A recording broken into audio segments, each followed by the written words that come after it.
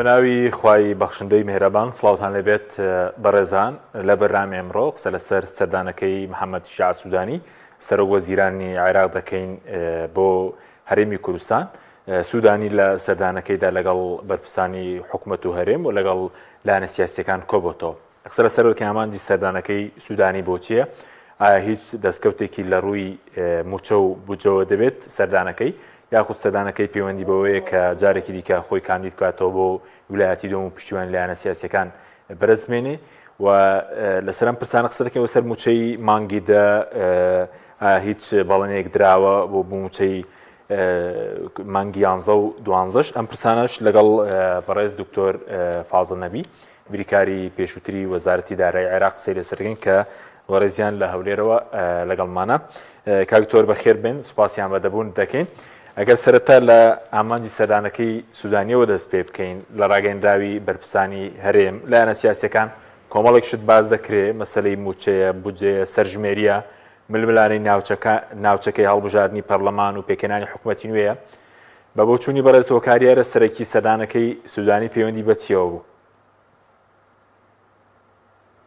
سپاس کاکە حەکیم، سڵاو و ڕێزم لۆ جەناب ترۆبینەرانی خۆشەویست. طبعا سەردانەکە هەردوو جانبی تێدا بوو، ینی جانبی سیاسی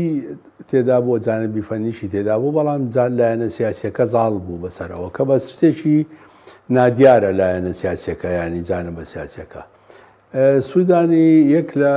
ئامانجەکانی ئەوەیە کە لۆجاری دووەم ببێتەوە بەسەر کۆزیرانی عێراق بەڕەغمی ئەوەی ماوەی تقریبا کەمتر لە ساڵێکمان ماوە لۆ ئینتیخاباتی عێراق، بەڵام لە ئێستاوە ئیش لۆ خۆی دەکات. بەڵام هاتنەکەی وانییە کە بڵێ مباشر لەگەر بەرپرسانی هەرێمی کوردستان گفتوگۆ بکات لەسەر مەسەلەی خۆی، نا ئینەما دەوێت عیلاقاتی خۆی زۆر باشتر بکات لەگەڵ لایەنە سیاسیەکانی هەرێمی کوردستان لۆی لە مستەقبەل ئەگەر ویستی خۆی تەرشیح بکاتەوە لە لایەنە کوردیەکانیشەوە مەقبول بیت. ئەوە ئەسڵی ئیشەکەیتی، ینی ئەگەر تەماشای بکەی بەس ئەوە جانبە نهێنیەکەیە. بەڵام جانبەکەی تر طبعاً کاتێک کە بەڕێز سەرۆک وەزیرانی عێراق دێتە هەرێمی کوردستان بە تەکید لایەنە سیاسیەکانی هەرێمی کوردستان زیاتر ئەو داواکاریانەی کە هەیەە دەیخەنە ڕوو لەگەڵی وە تاوتوێی دەکەن. مەبەستی دووەمی سەرەکی ینی کە لایەنە دیارەکە لە لایەنە دیارەکە گەر تەماشای بکەین مەبەستە سەرەکیەکەی تر ئەوەیە کە لەگەڵ هەموو لایەنە سیاسیەکان قسە بکات لەوەی هاوکاری یەکتر بن لەوەی حکوومەتێکی بەهێز لە هەرێمی کوردستان دابمەزرێت بە زووترین کات بەبێ ئەوەی زۆر تاخیر ببی، چونکە تاخیربوونی حکوومەت دامەزراندنی حکوومەتی هەرێمی کوردستان ڕاستە لە مەسلحەتی هەرێمی کوردستان نییە، بەڵام لە مەسلحەتی عێراقیش نییە لەبەرەوەی هەرێمی کوردستان بەشێکە لە عێراق. لۆیە لەگەڵ هەموو لایەنەکان ئەو جانبەی باس کردیە بە ڕاشکاوی ینی بە مباشر باس کرایە، بەڵام ئەوە معنای ئەوە نییە کە ئەو هاتیە بە چەند سەعاتێک بگەنە ڕێککەوتن، نەخێر ئەوە زەمینە سازیەکە لەوەی کە لایەنە سیاسیەکانی هەرێمی کوردستان گفتوگۆ بەیەکەوە بکەن و بتوانن حکوومەتێکی بەهێز لە هەرێمی کوردستان دابمەزرێن. طبعاً خاڵەکانی تر بە تاکید لەگەڵ هەر جانبەک دانیشتبی ئەنجا چ لەگەڵ بەرێز سەرۆکی هەرێم یان لەگەڵ بەڕێز سەرۆکی ئەنجومەنی وەزیران وەکو جانبی ئیداری یان لەگەڵ سەرۆکی حزبە سیاسیەکان لەگەڵ هەمووان بە تاکید هەموو ئەو خاڵانەی کە جەنابت باست کرد بە تاکید باز دەکرێن. مەسەلەی نەوتە، مەسەلەی موچەی خەڵکە، مەسەلەی ئینتیخاباتە خاصەتەن لە مەنتیقەی مادەی 140، مەسەلەی پێشمەرگەیە و هەموو ئەو کێشە با بڵێن هەڵپەسێرەوانەی کە هەن لەگەڵ لایەنەکان باسی لێوەکرایە و طبعاً جێشمان لێبوو لە هەموو وەسایلی ئەعلام کە بەڕێز سەرۆکی حکوومەت، بەڕێز سەرۆکی هەرێم و بەڕێزان هەموو حزبە سیاسیەکان داوای موچەی خەڵکیان کردیە لەوەی کە موچەی خەڵک نەفەوتێت مانجی 10 و 11 و 12 بنێردرێت. ئەویش طبعاً وعدێکی دایە لەسەر ئەو مەوزوعە لۆ هەموو لایەنەکان. خاڵی کە زۆر مهمیشەوە ئێستا عێراق پێیوە با بڵێن سەرقاڵە مەسەلەی چوونە دەرەوەی نەوتی هەرێمی کوردستانە. هەناردەکردنی نەوتی هەرێمی کوردستان خاڵێکی مهمەوە ئێستا لە هەموو لایەنەکان ئیشی لەسەر دەکەن بەڕەغمی ئەوەی هەندێک تەقدیرات و هەندێک با بڵێن تعدیلات لەسەر قانونی بودجە ئەنجومەنی وەزیرانی عێراقی کراوە، بەڵام پێویستی بە مسادقەی پەرلەمان هەیە لۆی باشە کەویتە واری جێبەجێ. دێنە سەر وردەکاری نەوت دوای ئەو هەموارکردنەوە یاسای بودجە و ئەو 16 دلارش کە دانراوە بۆ نەوت تێرێ بۆ وەربەرمیلێ بەزەوەی کە بەرەز وت دەگەر سوودانی خواستێکیە بێ بۆ دووبارەوەی کە ویلایەتی دووەم بەرەز بێنێتەوە لە بەرامبەر ئەوەی کە داوای پشتگیری کردووە لە هەرێم لەلایەن سیاسیەکان نەروی دەنوێت لە پرسی موچە بێ بودجە بێ ئەوەی کە پێوەستە بە پرسە ئابوووریەکانی خۆ لە ماوەی ڕابردووش نەرمی نواندووە. کاکە حەکیم ئەو بە جۆرەی معلوماتی من بە مباشر داوای پشتگیری نەکردیە لە سیاسەکانی هەرێمی کوردستان لەوەی پشتگیری بکەن لۆ کابینە ینی جاری دووەم ببێتەوە بە سەرۆکوەزیران نەخێر بە مباشر داوای نەکردیە لە ئیسرائیلێک، بەڵام خودی هاتنەکە غەرەزەکە ئەوەیە کە عیلاقاتی خۆی لەگەڵ هەرێمی کوردستان لایەنە سیاسیەکان چاک بکات کە فکرێکی وایە هەبی ئاسان بیلۆ، یعنی لە ئێستاوە زەمینە سازی لۆ خۆی دەکات. تابان مقابلی ئەوەش بە تەکید دەبێت نەرمی بنوێنی لە زۆر شت بە تایبەتی لەو شتانەی کە حەقی هەرێمی کوردستان ینی مافی ڕەوای خەڵکی هەرێمی کوردستانە، ئەویش مەسەلەی موچەیە بە تایبەتی خاصەتەن موچە و هەندێک مەسائلی کە مرتبطە بە مادەی 140 و مەسەلەی نەوت، ینی ئەو مەسەلانەی کە ئەوڕۆ با بڵێن لەسەر مێزی دانوستانن بە تەکید دەبی نەرمی بنوێنی و نەرمیشی نواندیە لە هەندێک مەسائل لە مەسەلەی با بڵێن موچە دیارە لەگەر هەموو لایەنەکان گوتی تێ من حازرم موچەی مانجی 10 و 11 و 12 دەنێرم ئینشاءالله و کێشە دروست ناکەین. طبعا ئەوە ئومنیەتی ئێمەیەوە قسەیە، بەڵام بەتەوەقوعی من هەندێک کێشە هەیەەوە دەبێ ئەو کێشانە بە زووترین کات چارەسەر بکرێت. باشە قسە لەسەر کێشەکان دەکەین بەس ئەو سوودانی بەتەنە دەتوانێت و بەڵێنە جێبەجێ بکاوەی کە بەرەز دەڵێ وتوێتی موچەی مانگی 10 11 و 12 بنێرێ سەرۆکوەزیران ئەو دەسەڵاتی هەیە و بەڵێنە جێبەجێ بکاو وەکو خۆی. بەڵێ طبعا سەرۆکوەزیرانی عێراق ئەو دەسەڵاتی هەیە بیناءن لەسەر قەراری مەحکەمەی ئیتیحادی، یعنی ئەو کاتێک کە موچەی خەڵکی هەرێمی کوردستان دەنێرێت لەسەر مەسئولیەتی خۆی نییە، ئینەما لەسەر قەراری مەحکەمەی ئیتیحادی ئەزانی ئەو پاڵپشتێکی قانونی هەیە. بەڵام هەندێک جار هەندێک لە سیاسیەکان کە دەسوێردان دەکەن لە حکوومەتیان لە ناو وەزارەتی دارایی عێراق و کێشە دروست دەکەن لۆ موچەی موچەخۆران، ئەوە سەرۆکوەزیران دەتوانی بە ئاسانی چارەسەریان بکات و موچەی خەڵکی هەرێمی کوردستان بنێرێت. بەڵێ ئەو دەسەڵاتی هەیە لەبەرەوەی پشتیوانی قانونی هەیە. بەڵێ بەڕێز پەیوەندێکی بەهێز تێ لەگەڵ بەرپرسان بە حکومەوەی کە پێشتر لە وەزارەتی دارایی بووی لەگەڵ بەرپرسان وەزارەتی دارایی عێراق پێشبینی دەکرێت موچەی مانگی 10 کە دواکەوتووە بنێردرێت یاخود کە ئێستا دواکەوتووە قسەی زۆر دەکرێت هۆکارە ڕاستەقینەکە چییە؟ پەیوەندی بۆ بە خەرجی فعلی وەیە، پەیوەندی بە نەبوونی پارەوەیە، پەیوەندی بە کێشەکانی لیستی موچەیە، هۆکارە ڕاستەقینەکە چییە؟ بە حەقیقەت کاک حەکیمیانی زۆر خەڵک باس لەو مۆزوعانە دەکات، ئەمە دەبی حەقیقەتەکان بە خەڵکی خۆمان بڵێین. سێ کێشە هەیە ئێستا ینی کە دروست بووە. یەکێکیان کێشەیە لە مەسەلەی با بڵێن لیستەکان، یعنی جانبی فەنی لە لیستەکان. ئەوە کێشەیەکە کە هەموو مانگ ڕوبەڕووی ئێمە دەبیتەوە و دەبێ جارێکی تر ئەوان لیستەکان دەنێرنەوە وەزارەتی دارایی هەرێم و تعدیلی بکەن و بینێرنەوە، ئەوە دەبیتە سەبەبی تاخیربوونی سەرفکردنی موچە. خاڵی دووەم کە کێشە لەسەری هەیە مەسەلەی کۆی بودجەیە، یعنی ئیجمالی مەعاشەکە. لەبەر ئەوەی ئەوان دەیبینن کە ئەو لیستانی کە ناردرایە طبعا جەنابەت دەزانی لە بیدایەتی ساڵی لە مانجی 4 و 5 2023 عفوان کاتێک کە لیستیان لۆچووە لە حدودی 930 ملیار بووە مەسەل موچە، دواتر 950 ملیار بووە کە هەم مەقبولە، دواتر 970 ملیار بووە. ئێستا دەبینن لیستەکە زیادی کردیە، ئەوان بە دوای ئەوە دەگەڕێن ئەسبابی ئەو زیادبوونە چییە، ینی واتە چونکە دیوانی ڕقابەی مالی عێراقی و ڕقابەی ناو وەزارەتی دارایی دائیمەن هەر شتێک دەبینن داوای ئیستیفسار دەکەن کە سەبەبەکەی چێوە دەبێ بگەنە قەناعەت کە لۆ وای لێ هاتیە. بەداخەوە ئەوە خاستەن ئەوەیان لە زعفی دیوانی چاودێری دارایی هەرێمی کوردستان دروست بووە چونکە دیوانی چاودێری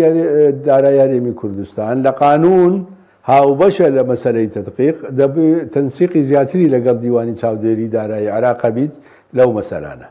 ئەوە خاڵێکی ترە کە بوویتە کێشە. خاڵی تر کە کێشەیە بە حەقەت لە مەسەلەی نەبوونی تەخسیسات. ئەوان دەڵێن ئەو تەخسیساتەی کە هەتانە ئێوە لە فەسڵی یەک طبعاً ئەوەیان بیانووە کاکە حەکیم، بەڵام بیانووەکی با بڵێن فەنیە کە دەیانەوێ بیانومان پێ بگرن. ئەویش دەڵێن لە تەخسیساتی فەسڵی یەکەم کە تعویزاتی موظفینە واتە موچە و مخەسەساتی موظفینە، ئێوە ئەوەندە تەخسیسەتان نەمایە کە بانگی دەلۆتان بنێرین، ئەو مەبلەغەی کەمایە کەمترە زۆر لەو مەبلەغەی کە داواتان کردیە وەلو مانگی 11 و 12 هیچ مەبلەغێکتان نامێنی. طبعاً ئەوە دەبوایە پێشتر زووتر لەگەڵ وەزارەتی دارایی خۆمان و ینی هەولێر و بەغدا گفتوگۆیان لەسەر کردبایە لۆی بتوانن وەزارەتی دارایی هەرێمی کوردستان داوای مناقەلە بکات لە فەسڵی 2 3 و 4 و 5 و 6 یان لە بودجەی تەشغیلی. لێرە دەمەوێت ملاحەزەک بدەم کاکە حەکیم، بەداخەوە ئەوڕۆ گوێم لێ بوو یەکێک لە ئەندام پەرلەمانەکانی ئێمە لە لیژنەی داراییش و اختصاصی ممکنە مالیەش بی باسی لەوە کرد کە داوای مناقەلە دەکەن لە بودجەی ئیستیسماری پارە نەقل بکرێت لۆ فەسڵی یەکەم لۆ موچە. ئەوە ناکرێت، ئەوە کوفرە، ئەوە لە قانون بە هیچ شێوەیەک جێگای نابیتەوە چاوت لێبی. ینی لەوەی برادرانی ئێمە زیاتر بزانن چ دەکەن بەرچاوڕوونیان هەبی بە هیچ شێوەیەک مناقەلە لە موازنەی ئیستیسماری لۆ موازنەی تەشغیلی نابیت، مەمنوع منعاً باتن، کەس ئەو دەسەڵاتەی نییە. بەڵام لە ضمنی بودجەی تەشغیلی بەڵێ سەلاحیەتی وەزیری دارایی عێراقا بە گوێرەی قانونی ئیدارەی مالی و بە گوێرەی قانونی موازنەش خۆی سەلاحیەتی وەزیری دارایی عێراقا کە مناقەلە بکات لە فەسڵی 2 و 3 و 4 و 5 و 6 لۆ فەسڵی یەکەم، ئەوە سەلاحیەتی وەزیری دارایی. لۆ دەوێت بە زووترین کات برادرانی ئێمەش لەگە بەغدا مەشغوڵ بن کە ئەو مناقەلەیە بکرێت کە بە جەڕەت قەلەم دەکرێت، ینی هەندێکیشی زەحمەت نییە، مجەڕەت دائیرەی موازنە مناقەلەی پێدەکات و وەزیر مسادقەی لەسەر دەکات و تەواو دەبیت. ئەجا ئەوە دیسان کێشەشی ترە، بەڵام وەک وتم کێشەکە زۆر ئاسانە چارەسەرکردنی، خلالی چەند سەعاتێک چارەسەر دەبی. کێشەی تر کە کێشەیەکی دائیمی و مستەمڕە مەسەلەی ئیراداتی ناوەخۆیە کە ئەوان هەمیشە داوای هەندێک لە ئیراداتی ناوەخۆ دەکەن بە غەیری نەفتیانی بە گوێرەی قانونی ئیدارەی مالی. ئەو کێشەیەش هەندێک جار چارەسەر دەبی و هەندێک جار دەمێنیتەوە لەبەرەوەی ئێمە گوێمان لێ بووە لە مانگەکانی پێشووتر حکوومەتی هەرێمی کوردستان مەبلەغی لە حدودی هەندێک مانگ 75 هەندێک مانگ 77 هەندێک مانگ 85 ملیارد دیناری خستوەتە سەر حسابی وەزارەتی دارایی عێراق وەکو حسەی وەزارەتی دارایی عێراق لە ئیراداتی ناوەخۆی هەرێمی کوردستانی غەیری نەوتی. ئەجاوە کێشە ئەسڵیەکانن کە هەندێکیان قابلی چارەسەرن زۆر هەموویان قابلی چارەسەرن زۆر سەریع، بەڵام ئەمنیش نازانم لۆ منیش هەندێک جار دەبیتە جێی پرسیار کە لۆ لە هەندێک محەتات تاخیربوونی تێدەکەویت. ئێستا دیار نییە کەی موچەی مانگی 11 دێت بەداچوون نەکردووە موچەی مانگی دەببوورە کەی دێت؟ بەڵێ بەڵێ بە داچۆنم کردی، بەڵام ئەو کێشانە تۆزۆ کە کێستا بووینە کێشە وەزیری دارایی عێراق لەبەرەوەی ئەم پێشتری زۆر باسم کردیە ئەوە لە سیاسی نییە، لە مۆزەفایەتی هاتیە دەترسێت دایمەن هەندێشت بکات ئەگەر هات و قانونێک لە پشتی نەبی. لۆیە ئێستا ئەویش تۆپەکەی خستۆتە ساحەی بەڕێز سەرۆکۆزیرانی عێراق بەڕێز سوودانی کە ئەو قەرار بدات و مانگەکانی پێشووتری زۆربەی هەرە زۆری بەڕێز سوودانی قەراریدایە لەسەر ناردنی موچەکە. بەڵام بەڕێز سوودانیش دیارە دەیەوێت ئەو کێشە فەنیانە چارەسەر بکرێن کە لە خاڵی یەکەم و دووەم باسم کرد لۆی کە بتوانن موچە بنێرن. ئەگەر کێشەکان چارەسەر بکرێن بەڵێ ینی تەوەقعی من ئەوە بوو کە لەو هەفتەیە پارەکە بێت، بەڵام تاخیربوونەکەی بە حەقیقەت لۆ منیش جێگای پرسیارە لۆ ئەو کێشە فەنیانە زۆر زوو چارەسەر نەکرا. باشە کاک تۆ بەس باسی یەکەم خاڵێکەکەم ئەگە بچین وردەکاری باسی کێشەی لیستەکانت کرد. پێشتر کێشەی بایۆمەتری هەبوو، دانان و بڵێن دانانی خەڵکی نوێ هەبوو، هەماشتە لیستی موچە چییە ئەو کێشە لیستی موچە کە باست کرد کێشەکە؟ کێشەکە بە حقیقت مەسەلەی یەکەمیان مەسەلەی با بڵێن زیادبوونی ناوەکانە ینی ناوە لە جێگای ناو یان زیادبوونی ناوەکانە لەبەرەوەی معاشەکە زیادی کردیا یان مەسەلەن تعدیلکردنی ڕەواتب بووە پێش ئەوەی کە ئیتیفاق بکرێت لە بینی هەردوو لا لەسەر ئەو مەسەلەی تعدیلە یان هەندێک جار ناوی سیانی چواریە عەفوان یان ناوی چواری دایکە داوایان کردیا لەسەر مەسەلەی بایۆمەتریە زانانی ئەگەر مەسەلەی بایۆمەتریەکە بە تەواو ببیت لە هەرێمی کوردستان واتە 100% تەواو ببی بە تەسەووری منە و کێشانە کۆتاییان دێت بەڵام لەبەرەوەی مەسەلەی بایۆمەتریەکە هەموو فەرمانبەرانی هەرێمی کوردستان تا ئەو لەحزەیە نەیان کردیا مەجموعەکی زۆر تا ئێستا ماون لە دەرەوەی مەسەلەی بایۆمەتری لۆیە ئەوە بوویتە جێگای شەک لە بەغدا تاوان هەر شتێکیش کە دەبیتە جێگای شەک پێویستی بە تەفسیر و بە ڕوونکردنەوە هەیە. باشە بەسکاتور ئەوەی کە پەیوەندی بە خانەنشینانەوە بوو کە لە ماوەی ڕابردوو هەرێم وەزارەتی دارایی هەرێم خانەنشینانی بەز مەدەنی هاوتا کرد باز دەوەکە کە لە عێراق ئەمە قبوڵ نەکراوە بەبێ عێراق کردویانە ئەمە دروستە کە ئێستا کێشەی لەسەر بێ؟ نا مەسەلەی خانەنشینان تەسەووڕ ناکەم کێشەی لەسەر بێت چونکە وەزارەتی دارایی عێراقیش نەرمی دەنوێنی لە مەسەلەی خانەنشینان گرفتەی گەورە نییە و هەروەکو باسم کردێت و مادام پاڵپشتی یاساییشت هەیە کە قەراری مەحکەمەی ئیتیحادیە کەواتە کێشەی گەورەی لەسەر نییەوە ممکنە زیاتر ینی ناو گۆڕین و ناو زیادکردن و ممکنە هەندێک لەو کێشانە زیاتر لە لیستەکان هەبی هەروەکو باسم کرد ئەوان لۆیە ئێستا داوای حتا ناوی دایکی چوارینەیان کردیا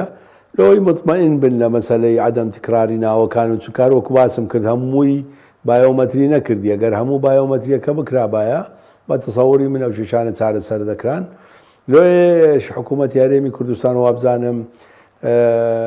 ئەوە چیان ڕوونکردنەوەی چەندایە هەموو وەزارەتەکان پێویستە هەموو فەرمانبەران تا کۆتایی ئیمساڵ بایۆمەتری بکەن لەوەی ئەو کێشەیە کۆتایی بێت. بەڵێ پێویست بە زیادبوونی خەبارەی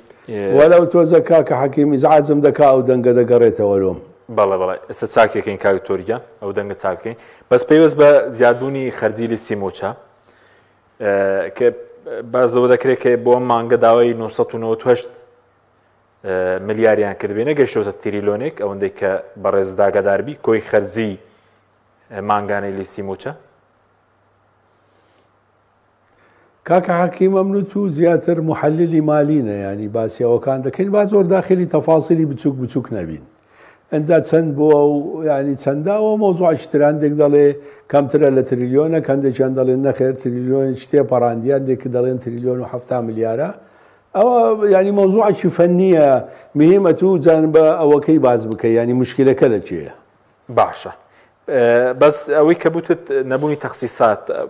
من سەیری راپۆرتی وەزارەتی دارایی عێراقم کرد ئەوەی کە موچیان ناردووە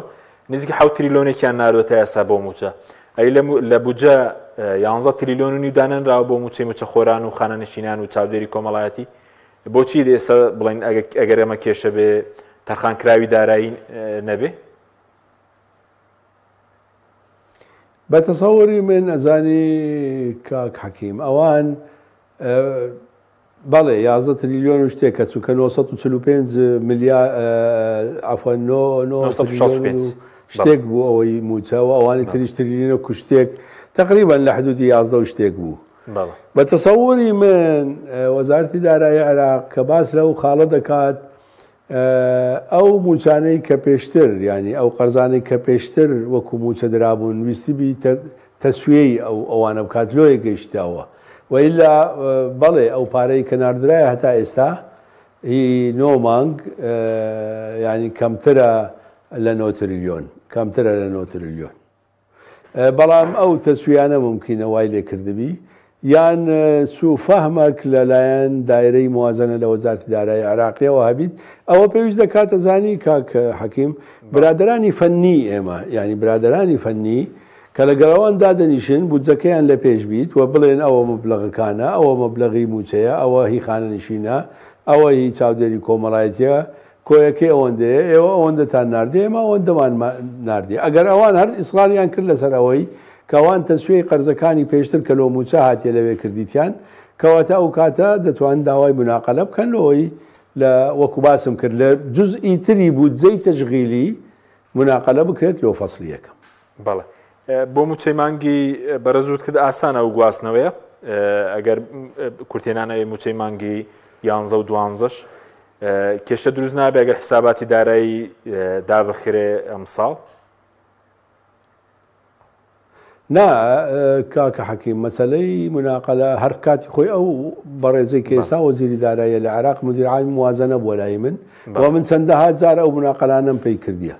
یعنی مناقەلە لە ضمنی سەلاحیەتی وەزارەتی داراییە و خلالی چەند کاتژمێرێک دەکرێتە زانی داوا دەکرێت ئەوەندە مەبلەغ لە فەسڵی دووەم ئەوەندە لە فەسڵی سێەم ئەوەندە لە فەسڵی چارەم بگوازرێتەوە لەو فەسڵی یەکەم جەدوەلە چی پێ دەکەن ئەمرە چی پێ دەکەن وەزیری دارایی مسادقەی لەسەر دەکات و تەواو ئیشەکە چارەسەر دەبێت. بەڵێ پێویست بە هەمواری یاسای بودجە پێرەچێ شتێکی پشکێرێم زیاد بکرێ یاخود تەناوی کە پێویستە بەنەوت کە بۆ خەرجی بەرمیلێک نەوت ئەنجومەنی وەزیرانی عێراق پێشنازی کردووە مادەی 12 هەموار بکرێتەوە خەرجی بەرەمێنان و گواستنەوەی نەوتیێرێ 16 دۆلار بێ هەر پێچیەوە هەموار بکرێتەوە. ئەو جزئی کە تا لە ئەو لەحزەیە بەڵێ مناقەشەی لەسەر کرایە لە مەجلیسی وزەرا ئەوە بووە ینی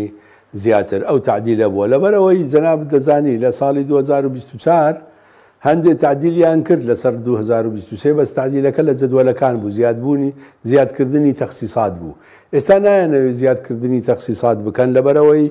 نرخی نەوت هاتە خوارێوەوانیش تۆزەکترسیان هەیە لە هەندێک مەسائل بەڕاستی لۆێ زیاتر ئەوەیە ینی کە دەیانەوێت نەوتی هەرێمی کوردستان بڕوات لەبەرەوەی خۆشیان عەجزیان هەیە ئێستا عەجزیان لۆ دروست بووە لەبیرت نەچێ مانگانە بە حدودی ملیارێک دۆلار زەرریان پێگەیشتێ نەتیجەی نەڕۆیشتنی نەوتی هەرێمی کوردستان ئەنجا دەیانەوێت بە هەر شێوەیەک بی موافقەیەک با بڵێن یا ئیتیفاقێک بکرێت لە بینی حکوومەتی هەرێم و بەغدا و کۆمپانیا بیانیەکانی نەوت لۆی ئەو فەقەرەیە تێپەڕێنرێ بەو شێوەی کە گوێمان لێبوو بەو شێوەی کە مەجلیسی وزەرا مسادقەی لەسەر کرد. بەڵێ پێشبینی بەرەزت وایە لە پەرلەمان تێبپەڕێ یاخود ئەم هەموارە ببێتە سەرەتایەکیش بۆ هەنادەکردنەوەی نەوتێرێم ڕاستی سۆمۆ بکرێ. کاکە حەکیم تاوان هەموارەکە ئەمن گوێم لە حکوومەتی هەرێم نەبووە بەڵام متەکیدم کە حکوومەتی هەرێم 100% بەدڵی نییە کۆمپانیا نەوتیەکانیش 100% بەدڵیان نییە لەبەرەوەی هەموارەکە ئێستا ینی جزئەچی زۆر دوورن لە یەک هێشتا مەبلەغەکان بەڵام ئەوە دەستپێکی کرانەوەی کوێرەکەیە کە لە بینی هەردوو لا هەیە یان لە بینی هەر سێ لا هەیە زانی ئەوە دەستپێکێکی باشە و مادام لە دەستپێکەکەش باسەوە دەکات کە شەریکەیەکی ئیستیشاری عالەمی ئەجنەبی دێت دووە تەحدیدی کولفەی ئینتاج لە هەر مووقعێک بە جودا لەگەڵ مووقعەکەی تر دەکات کەواتە ئینفرازێکی باشە لەو کوێرەی کە ئێستا هەیە لەو بۆمبە مەوقوتەی کە من لەگەر جەنابەت باسم دەکرد جاران دەمگۆ پڕی بۆمبە ئەوە یەکێک لە بۆمبە گەورەکان بوو ها ینی مادەی 12 بڕگەی دوو و خاڵی جیم لە بڕگەی دوو یەکێک لە بۆمبە هەرە گەورەکان بوو کە لە هەرێمی کوردستان دانرابەوە و ئەگەر بە فکرت بێ من لە بیدایەتی شەو گوتم ڕۆژی حەشریش نەوتی هەرێمی کوردستان ناڕوە ئەگەر ئەو بڕگەیە تعدیل نەکرێت ئێستا هاتنە سەر ئەوەی کە بەڵێ دەبێ ئەو بڕگەیە تعدیل بکرێت ئینجا مادام ئەو بڕگەیە فکرەی تعدیل هەیە بە تەسەووری من ئینفرازێکی باشە خەراب نییە لۆ هەموو لایەک و بە تەسەووری من دیسان ئیتیفاقەکیش لە بینی حکوومەت و پەرلەمان هەیە کە ئەو تعدیلە لە پەرلەمان تێبپەڕیت و دلیلیشمان ئەوەیە کە پەرلەمانی عێراق وەرزی تەشریعیەکەی کۆتایی هات لۆی پشوو وەرگرن بەڵام مانگێک وەرزی تەشریعەکەیان ئەوە با بڵێن تەمدید کردەوە درێژ کردەوە لۆی بتوان ئەو تعدیلە ئینشاءڵڵا تێبپەڕین. بەڵێ بەس تەنها چاوەڕێەوە بین ئەوە لە پشکی هەرێم هەموار بکرێتەوە چووکەوەی کە موچە خۆرە بۆ منەوەی کە خانیشتنی سەربازی چاوەڕێەوەیە کە موچەکەی هاوتا بکرێت تا ئێستا هاوتا نەکراوە موچە خۆران بە هەمان شێوە پلە بەرزکردنەوە گرێبەستەکان سەیەکەمەکان هیچ پلەیەکی وەزیفی نوێ ئیزافە دەکرێت بۆ پشکی هەرێم دەتوانرێت چی بکرێت لەمڕۆوە لە هەمواری پرۆژە یاسای بودجە ئەگەر هەمواری پرۆژە یاسای بودجە بە کاملی بکرێتەوە بەڵێ پێویست بەوە دەکات کە حکوومەتی هەرێمی کوردستان داوای هەندێک دەرەجاتی وەزیفی بکات خاصەتەن لۆ ئەو پیشانەی کە دەبێ حکوومەتدایان بمەزرێنیت یان ئەوانەی کە لە عێراقدا دەمەزرێن ئێمەش 12.67% لە حسەی خۆمان لە کۆی دامەزراوەکان ینی وەرگین ئەوە بەڵێ فکرێکی باشە کە هەبیت پێویست بەوە دەکات کە بەڵێ هەندێ پارای زیاتر بخرێتە سەر فەسلی یەکەم لۆەوەی مەسلەی با بڵێن ئەو عزەلۆمان دروست نەبی لە ساڵی 2025 و خاصەتەن لە مانگەکانی کۆتایی بەڵێ پێویستە شتانە بکرێ هەر هەمویان بەڵام دیارە ئەوەی مەسلەی تعدیلی ئەو بڕگەیە مەسلەیەکی حیاتی و سەریعە لۆیە ممکنە ئەو بڕگەیان بە جودا باس لێوە کردیەوە ئەو تعدیلە بکەن تەسەوە ئیلا دەبێ بەڵێ بودجەی عێراق تعدیلی لەسەر بکرێت و خاصەتەن لە عێراقیش جەنابەت دەزانی خاصەن لەو اختصاسانەی طبی و ئەوانەی تعلیمی عالی و هەندێ پیشەیتر پێویستیان پێیە کە ساڵانە تەعینیان بکەندان بەزرێنن بۆیە پێویست بەوە دەکات کە لۆخۆشیان هەندێک دەرەجاتی وەزیفی بدەن و ئەوەش ئیلا بە قانون دەکرێت بە ینی بە قەراری مەجلیسی وزەرا ناکرێت و پشتی هەرێمی کوردستانیشی لێ بدەن بەڵێ کاکتۆرە ئێستاکەنە و تێرێم بڵێن لە بازار دەفرۆشرێت هەندێکی بە قاچاق بازۆگرێتێت تورکیا ئەفغانستان دووبەی دوایی پاکتاو دەکرێت لەسەر پشکی هەرێم یاخود وازی لێدەنی عێراق ئەو ماوەی کە نەو تێرێم ڕاگیراوە و بەتەنکەر دەفرۆشرێت هەتا ئێستا لە بینی پارێزگاکانیش بڵێن پاریان لێ وەردەگیرێت کە لە پارێزگایەکە وچن بۆ پارێزگایەکی دیکە نەخێر ئەو ئیتیفاقیە ئەو ئیتیفاقی کە کرایە لەو ڕۆژەوە دەستەواری جێبەجێکردن کە موسادەقە دەکرێت لەلایەن پەرلەمانەوە لەسەر ئەو تعدیلە و لە وەقایعی عێراقی نەشر دەکرێت لەو ڕۆژەوە ئیتر ئیتیفاقەکە دەست پێ دەکات و دەڕوات ئەسەری ڕەجعی نییە بەڵێ پەیوەست بە سەرژمێری کە وا بڕیارە هەفتەی داهاتوو بکرێ وا دەکات لە ساڵی داهاتوو بێت کە نمونە یاسای بودجە هەموار دەکرێتەوە لە 2025 پشکی هەرێم زیاتر بێت یاخود کەمتر بێت کە ئێستا سەرژمێری دەکرێت ڕوون دەبێتەوە پارێزگەکانی هەرێم بە سەدا چەندی دانیشتوانی عێراق پێک دێنن هیچ گۆڕانکارێک لە بەشە بودجە و موچە و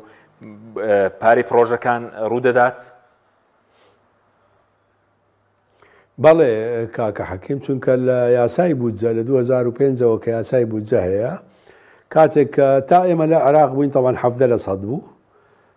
دوایی خانەنشینی ئێمە تەوان 17%ەکە بۆ 12.67%. بەڵام تا ئەو ڕۆژێک کە ئێمە لە وەزارەت بووین 17% بوو لە هەموو یاسایەکانی بودجە هەیە دەڵێ 17% لە ئیجمالی نەفەقاتەوە ئەنجا بڕگەیەک هەیە دەڵێ دواتر بە گوێرەی سەرژمێری ئەگەر سەرژمێری کرا لە عێراق ئەنجا ئەو کات نسبەی هەرێمی کوردستان بە گوێرەی سەرژمێریەکە دیاری دەکرێت کەواتە سەرژمێری دەوری دەبیت بەڵێ ئەنجا دەمێنیتەوە ئایا ئێمە لە 12.67% زۆرترین بە نسبەت بەقیەی عێراق یا کەمترین بەڵێ ئەوە تەئسیر لەسەر حسەی هەرێمی کوردستان دەکات لە ساڵەکانی داهاتوو لەسەر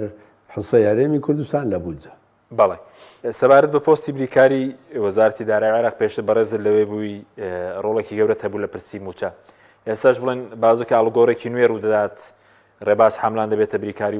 وەزارەتی دارایی عێراق ئێستا بۆ ئەو پۆستەی کورد وەکو پێشوو ناتوانێت ڕۆڵی خۆی ببینێ دەسەڵاتەکانی کەم کراوەتەوە یاخود ئەو کارەکەی چییە؟ دەکرێت عەفوم بکەیت لە جوابدانی ئەو سوالە چونکە مرتەبیتە بە شەخسیەتی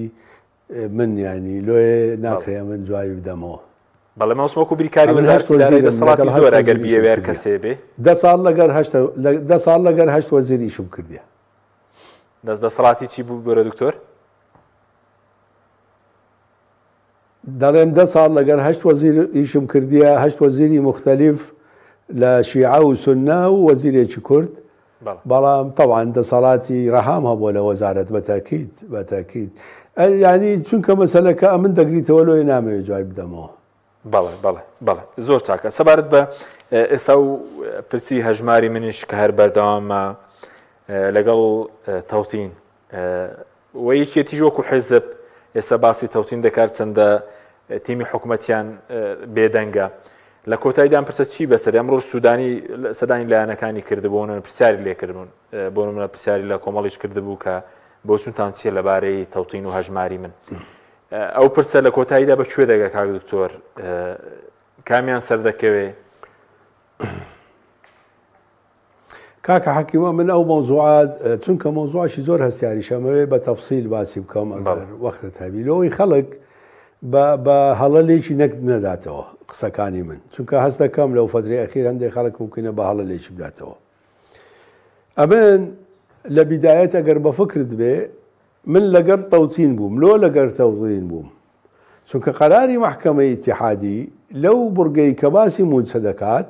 دەرێت دەبێت تەوتین بکرێت لە بانکە فیدراالیە حکوومیەکانی دەرەوەی هەرێمی کوردستان کەواتە مادام ئەو مادێ ئەو قەرارە بەو شکلە بوو ئەگەر بە فکرت بێ لەگەر جەنابیشت و لەگە هەموو تەلەڤیزیۆنەکانە من گۆتیتم دەبێت تەوتین بکرێت واگەر تەوتین نەکرێت مەشاکلمان لۆ دروست دەبی. کەواتە تا ئەو لەحزەی کە ڕوونکردنەوەی دووەم درا ئەمن لەگەر تەوتین بوومە بەڵام دوای ئەوەی کە پاشی فترەیەکی زۆر حکوومەت هەرێمی کوردستانی اعترازی کرد لە بەغدا لەسەر ئەو خاڵە و داوای کرد کە بانکە ئەهلیەکانیش ئەوانەی کە معتەمەدن لەلایەن بانکی مرکزی عێراقیەوە داخلی هەژماری من ببن و محکمەی ئیتیحادی سەرۆکی محکمەی ئیتیحادی موافقەی لەسەر کرد و ڕوونکردنەوەیەکیدا لە ڕوونکردنەوەکەی دەڵێت سەرۆکی محکمەی ئیتیحادی دەڵێ مانع نییە ئەو بانقانەی کە لە دەرەوەی با بڵێن بانقی ئەهلی کە لە هەرێمی کوردستانن و یان لە دەرەوەی هەرێمی کوردستانیشن و معتەرەفن معتەمەدن لەلایەن بانکی مرکزی عێراقیەوە بەڵێ دەتوانن ئەوانیش تەوتین بکەن کە ئەو قەرارە دەرچوو کە ئەو ڕوونکردنەوەی درا ئێستا هیچ فەرقێک لە بینی هەژمار لە ناحیەی فەنی لە ناحیەی مالی لە ناحیەی یاسایی لە ناحیەی شکلی و جەوهەری با بڵین بەعام هیچ فەرقێک نییە لە بینی هەژماری من و تەوتین. هەژماری من تەوتینە تەوتینیش هەژماری منە کەواتە ئێستا وای لێ هات فەرقەکە لە جانبی نەفسیە لە جانبی شکلی و قانونی و تەنزیمی و مالی هیچ فەرقێک نییە بەڵام لە جانبی نەفسی هەندێک خەڵک لە هەندێکیش لە جانبی سیاسی طبعاً لەو هەردوو جانبە هەندێک خەڵک لەگەر تەوتینە هەندێک خەڵک کەوتە گەر هەژماری من و لە جانبی نەفسی هەندێک خەڵک دەڵێن لە هەرێمی کوردستان ئێمە تەعاملمان لەگە بانکە ئەهلیەکان زۆر نەبووە و ممکنە ئەو سیقەیی کە هاوڵاتی بە بانکی حکومی هەیەی بە بانکی ئەهلی نەبیت ئەوە جانبەشی نەفسیە لۆ هەندێک خەڵک لای من وانە بەڵام لای خەڵک وایە یان مەسەلەن لە جانبێکی تر ئەو ئیمتیازاتانەی کە لە بانکە ئەهلیەکان هەبووە عەفوەن لە بانکە حکومیەکان هەبووە لە ئەهلیەکان نەبووە مەسەلەی پێشینەکان ینی پێشینەی ژنهینان و ئۆتۆمبیلکڕین و خڕینی خانوبەرە ئەوەیە کە وای کردی خەڵک هەندێک خەڵک بە ئیتیجاهی تەوتین بڕوات بەڵام بەڕێی من هیچ مشکلەیەک لەو خاڵە نییە ئەوانەی کە باس لە تەوتین دەکەن و ئەوانەی کە باس لە هەژماری من دەکەن هەژماری من تەوتینە و تەوتین هەژماری منە لە ئاخری هەمووی یەکە و ئەو کێشەیەکی ئێستا کێشەیەکی سیاسی نییە ینی فەنی نییە لەگەڵ بەغدا چونکە لەگەڵ بەغدا چارەسەر بووە بەڵام کێشەیەکی سیاسیە لە هەرێمی کوردستان بە تەسەووری من بە دروستبوونی حکوومەتی هەرێمی کوردستان ئەو کێشەیە کۆتایی دێت. باشە بەس کاک دکتۆر ئەوەی کە فەرمانبەرە زیاترەوەی ئێمە پرسیارمانەکە کێشەیان لەسەر ئالەتی پارەدارکردنەکەیە لە هەژماری من خۆتان دەزانێتە وەزارەتی دارایی هەرێم پارەکە دوای لە وەزارەتی دارایی هەرێمەوە تەمویل دەکرێت بەزەگەوەی عێراق بخۆ ڕاستەوخۆ تەمویل دەکرێت وایە نایەتەوە لای وەزارەتی دارایی هەرێم ئیشکالەکە بەشێکی زۆر فەرمانبەران ئیشکالەکە لەسەرەوە بێ ئەنجا دەمەوێت لۆ فەرمانبەرانی خۆشەویست کە من هەمیشە لە با بڵێن ساحەی بەرگری ئەوان بوویمە دایمەن ئەمن هەمیشە لەگەڵ فەرمانبەران بوومە و هەمیشەش لەگەڵیان دەبینمەوە و هەموو داواکانیان زۆر ڕەوانە. دەمەوێت یەک شت لێرە باز بکەم. ڕاستە ئەو دوو فەرقە هەیە، با بڵێن پارەدارکردنەکەی حسابەکانیان لە وەزارەتی دارایی عێراق لەگەڵ تەوتین و لە وەزارەتی دارایی هەرێم لەگەڵ هەژماری من. بەڵام ئەگەر تەوتینیش بکرێ کاکە حەکیم تەماشەیکە، ئەگەر تەوتینیش بکرێ هەموو مانگەک دەبێ وەزارەتی دارایی هەرێمی کوردستان لیستی موچە دروست بکات، چاوت لێبی، ینی مباشر پارەکە نایێت، دەبێت لیستی موچە دروست بکات و لیستی موچەکە بستە بەغدا. ئەنجا ئەو چێشمەی لە بینی هەردوو وەزارەتی دارایی هەیە، ئەو لیستەی بگۆڕە و ئەو ناوەی بگۆڕە و ئەوە زیادە و ئەوە وایە، ئەو چێشەیە هەر بەردەوامە. ینی ئەگەر تەوتین بی و هەژماری من بی، ئەو چێشەیە هەر بەردەوامە کاکە حەکیم. ینی وانییە بڵین وڵات تەوتینمان کرد و تەواو ئیتر سەرمان بخەینە سەر بالیفەکەمان و بڵین تەواو، نەخێر. لە تەوتینیش دەبێ وەزارەتی دارایی هەرێمی کوردستان لیستی موچە بکات و دەبێ بچتە بەغدا، لە بەغدا مسادقەی لەسەر بکرێت، ئەنجا پارەکە تەحویل بکرێت لۆ حساباتی کارمەندان. واگەر هەر کێشەیەکی دارایی لە بینی هەرێم و بەغدا دروست بی، جارێکی تر تەسیر لەسەر مەسەلەی پارەدارکردنی حساباتی فەرمانبەران لە بانکە حکوومیەکان دیسان هەیە. ئەو کێشەیە بەردەوامە، کەواتە ینی کێشەکە بەردەوامە. لۆیە من دەڵێم ئێستا جاران بەڵێ من لەگەڵ تەوتین بووم لەبەرەوەی فەرق هەبوو، قەراری مەحکەمەی ئیتیحادیە بوو، بەڵام ئێستا هیچ فەرقێک لە بینی هەژماری من و تەوتین نییە. باوەڕ بکە تەنها ئەو مەسەلەی پێشینانە و ئەوانە بەڵێ لە بانکە حکوومیەکانە ئێستاش مادام TBI داخلی هەژماری من بوو، وا پێ دەچی اتفاق لەسەرەوە کرا کە TBI داخلی هەژماری من بی، TBI بانکێکی حکوومیە، TBI پێشینە دەداتە فەرمانبەران. ئەو فەرمانبەرانەی کە لەوێ تەوتینیان کردێ دەتوانن داوای پێشینە بکەن وەکو مۆزەفەکانی تری عێراق. بەڵێ بەس لە قۆناغیدا تو کاکتۆرەمە کێشە دروست ناکات، چکۆکو بەڕێز دەڵێ ڕوونە لە بڕیارەکە دەڵێ لە بانکە حکومیە فیدراڵیەکان وەکو بڕیاری دادگا ڕوونکردنەوە پێگەی قانونی لاوااستر نیە لە بڕیار. لە قۆناغی داهاتوە گەر کەسێک بێتە سەرۆک وەزیرانی عێراق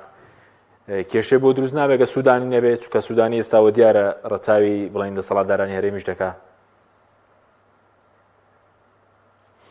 ڕوونکردنەوەکە لە سەرۆکی محکەمەی ئیتیحادی دەرچووە، مادام لە سەرۆکی لە مەجلیسی وزارا نەبووە، مادام لە سەرۆکی محکەمەی ئیتیحادیە بە تەسەووری من نەخێر کێشە لە مستەقبل دروست ناکات و ئینشاءڵڵا کێشە نابێت. لە کوردستان بتوانین حکوومەتێکی بەهێزدا بمەزرێنین و بتوانین معارەزەیەکی بەهێزیشمان هەبی لە ناو پەرلەمانی کوردستان. بە تەسەووری من ئەو کات زۆرتر بەهێز دەبین بەرامبەر بە بەغدا و ئەو کێشە بچووکانە بەو شکلە سەر هەڵنادەنەوە. بەڵێ وەکو دوا پرسیارم ئەوەی کە پێویستە بە موچەی مانگی 12 و بڵین 11 و 12 دڵنیایەکەیە کە نەفۆتێ، هەرچەندە پێش قسە لەسەر بەس دڵنیایەکەیە کە نەفۆتێ، چونکە ساڵی ڕابردووش مانگی 10 و 11 و 12 موچە خۆران فۆتە، هەرێم وتی لەسەر بەغدایە، بەغدا وتی لەسەر هەرێمە. ئەوەی ساڵ 2022 بوو وابزانم کاکە 2023 فەوتە. بەڵێ نا 2023 وابزان موچەکان وەرگیران دواتر ئەوە کۆتایی 2022 بوو، بەڵام مشکلەکە کەوتە 2023. بە تەسەووری من ئەزانی مەسەلەی وەکو جانبی قانونی نەخێر نابێ موچەکان بفەوتێن لۆ، چونکە قەرارێکی محکەمەی ئیتیحادیت هەیە. ئەوە یەک. جانبی تەخسیسات هەروەکو باسم کرد، ڕاستە تەخسیساتت مەشاکلی تێدایە، بەڵام دەتوانی مناقەلە بکەی لە فەسڵەکانی تری تەشغیلی لۆ فەسڵی یەکەم، کەواتە لێرەش هیچ مشکلە نییە. جانبی سێیەم خودی ڕئیسی وزەرا ئەوڕۆ لە زۆربەی ئەو دانیشتانەی کە لەگەڵی کرایە و داوای موچە کرایە و توێتی ئێمە موچەی 10 و 11 و 12 دەنێرین. بەڵام ئەوە دیسان معنای ئەوە نییە کە ئێمە پاڵ دەینەوە ئیشی لەسەر نەکەین، نەخێر، دەبێ ئیشی لەسەر بکەین بە ئیستیمرار، خاصەتەن چونکە ئێستا کۆتایی ساڵە. ئەمن ئەو ڕۆژ باسم کرد لە لای جەنابیشت دیسان باز دەکەمەوە. بە تایبەتی مانجی 12 حکوومەتی عێراق 25/12 حساباتی خۆی غەلق دەکات. ئەگەر هاتووە تو لیستەکەت درەنگ نرد، ئەنجا لیستەکە دیسان هەڵی تێدا بوو بگەڕینەوە بی بە و بیگەڕینەوە بی بە ساڵ کۆتایی دێت و دەڵێت ساڵ کۆتایی هاتوو تەواو. لۆیە ئەمن داوام لە وەزارەتی دارایی هەرێمی کوردستان ئەوەیە کە هیمانجی 11 و 12 محاولە بکات پێشی 15 مانگ ئیمانجی 12 خاصەتەن لە 10 مانگەوە بنێریتە بەغدا لۆی ئەگەر کێشەیەکەیە بۆ بەڕابگەن کێشەکان چارەسەر بکەن معاشی مانجی 12 بزات ئەوە تەبەن داوای مناقەلەکانیش بکەن دەبێت مناقەلەکان بکرێت مانجی 12 بزات ئەگەر زانیان لە بینی بەغدا و هەرێم کێشەکان بە ئاسانی چارەسەر نابن و وەختەکە تێدەپەڕی داوا لە حکوومەتی عێراق بکەن واتە لە وەزارەتی دارایی عێراق بکەن یعنی وەزارەت دارایی هەرێمی کوردستان ئەو کات ئەگەر زانیان لە 25 مانگ موچەکە نایەت و وا تاخیر دەبیت داوایان لێ بکەن کە کۆی موچەی فەرمانبەرانی هەرێمی کوردستان بکەنە ئەمانات نەک ئەو هاالەی بگەڕێن چکە گەنەی کەنە ئەمانات دەفەوتێ بەڵام ئەگەر بیکەنە ئەمانات ئەگەر ئێمە داخلی ساڵی 2025 ببین کەواتە کێشەمان نابی کاتێک کە لیستەکان پاک دەکرێنەوە معاشەکە ئەو کات دێت ئەگەر لە ساڵی 2025 بی بەڵام ئەگەر نەکرێتە ئەمانات ئەگەر چوینە ساڵی 2025 بەڵێ موچەکە دەفەوتێت لۆێ بابرێن ئەرزیەتەکە لەبارە لە ئەوەی کە موچەکان نەفەوتێن و ئینشاڵا ناشفەوتێن وەکو باسم کرد هەموو جانبی قانونی و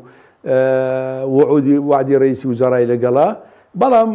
مەسلەی جانبە فەنیەکە پێویست بۆ دەکات کە وەزارەتی دارایی ئێمە ئەو قسانێک کە کردم زۆر بە جددی وەریگرن و ئیشی لەسەر بکەن لە ئێستاوە تا کۆتایی ساڵ. بەڵێ سوپاس دەکەین پرۆفیسۆر دکتۆر فازڵ نەبی ماندوومان کردی زۆر سوپاسی جەنابەت دەکەین. سوپاس بۆی بینەرانی بەڕێز سوپاس باوەکاران خواتان لەگەڵ.